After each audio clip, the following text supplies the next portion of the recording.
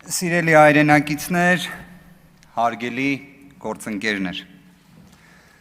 նախ ցանկանում եմ երախտագիտությունս հայտնել Ուժեղ Հայաստան խմբակցությանը, Ուժեղ Հայաստան կուսակցությունների դաշինքին իմ թեկնածությունը առաջադրելու համար,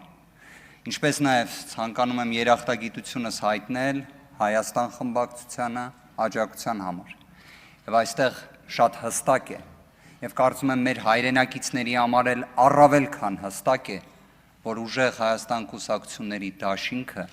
և Հայաստան դաշինքը տարբեր ուժեր են։ Կարծում եմ նաև այդքան շատ ինձ հնչեցված հարցադրումները մեկ քաղաքական թիմում լինելու, այնուհետև այլ քաղաքական թիմում լինելու հենց դրա հաստական տվյալն էր։ Բայց մի հետաքրքիր հանգամանք նշեմ։ Այո, ես տեսնում եմ, որ քաղաքացիական պայմանագիր կուսակցության, խմբակցության կազմում կան անձինք, որոնք ևս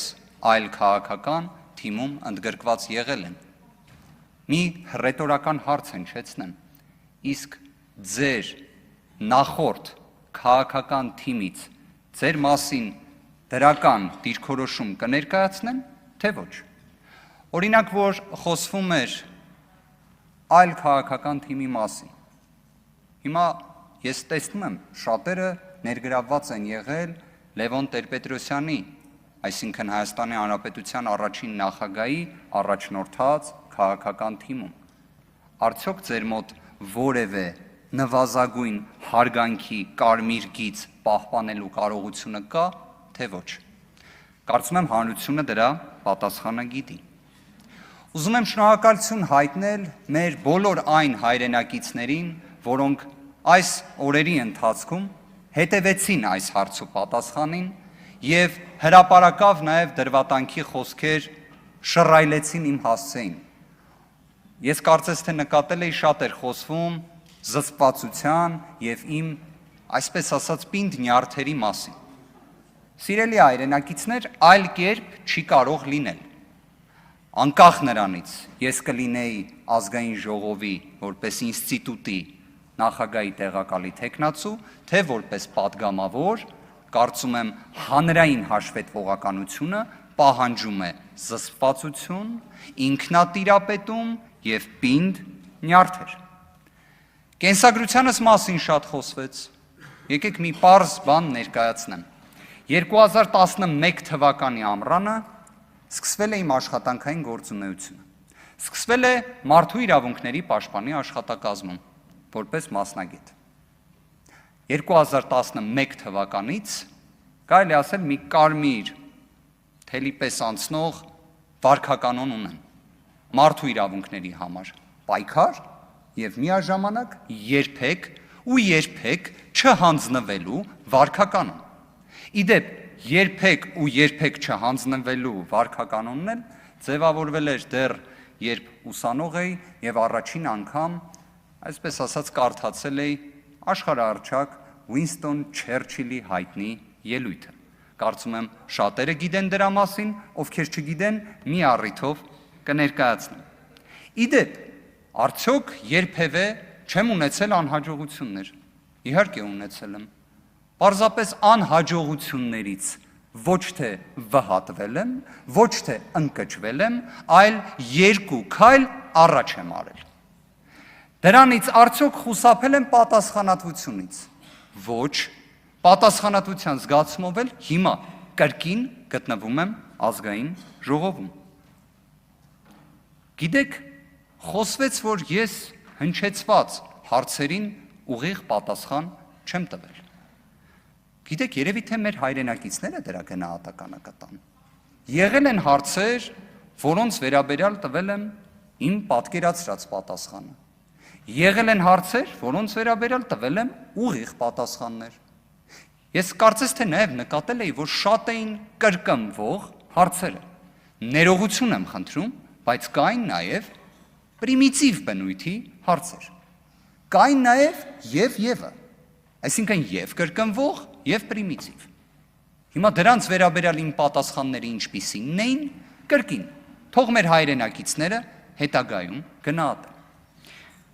Այսպես կոչված որոշ բացասական նեգատիվ ելույթների վերաբերյալ։ Կարող եմ արդյոք դրանց հատ-հատ, կետ առ կետ պատասխան տալ։ Իհարկե կարող եմ։ Կարծես թե խոսքի տեսանկյունից կար կոնսենսուս, որ խոսքը վատ չի ստացվում մոտս։ Անելու եմ դա, թե ոչ, չեմ անելու։ Ինչի համար։ Որովհետև ունեմ համոզմունք, որ ատելությանը ատելությամբ չես հաղթի։ Վիրավորանքին վիրավորանքով չես հաղթի։ Մենք պետք է ձևավորենք նոր մշակույթ։ Այնպիսի մշակույթ, որին արժանի են Հայաստանի Հանրապետության քաղաքացիները։ Այնպիսի մշակույթ, որին իսկապես մեր հայրենակիցները ունեն լեգիտիմ իրավունք ակնկալելու։ Արդյոք դա տեսնում ենք վերջին օրերին։ Այդքան էլ այդ կարծիքը չունեմ։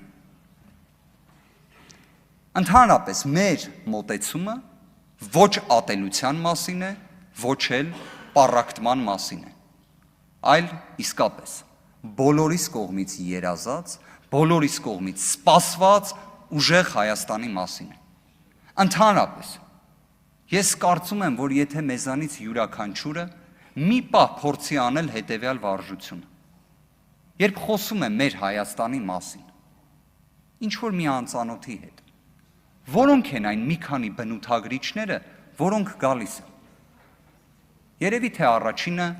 Աստծո կողմից պարգև,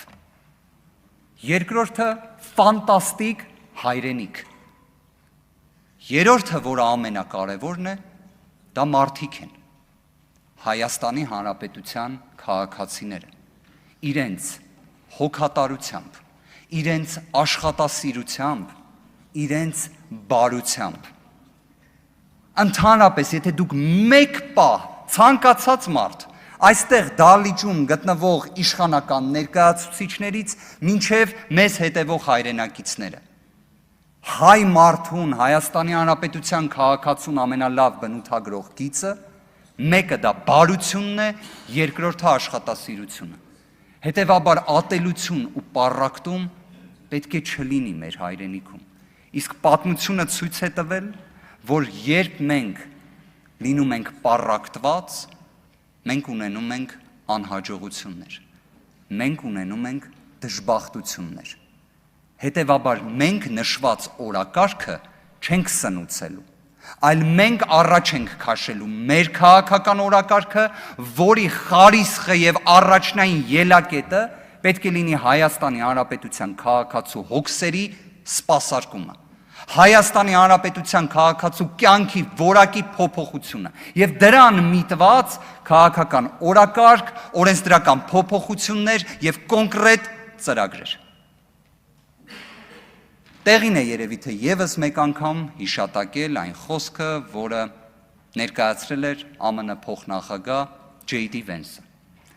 որ մենք չպետք է միայն խոսենք ժողովրդավարական արժեքների մասին, մենք պետք է ապրենք դրանցով։ Այո,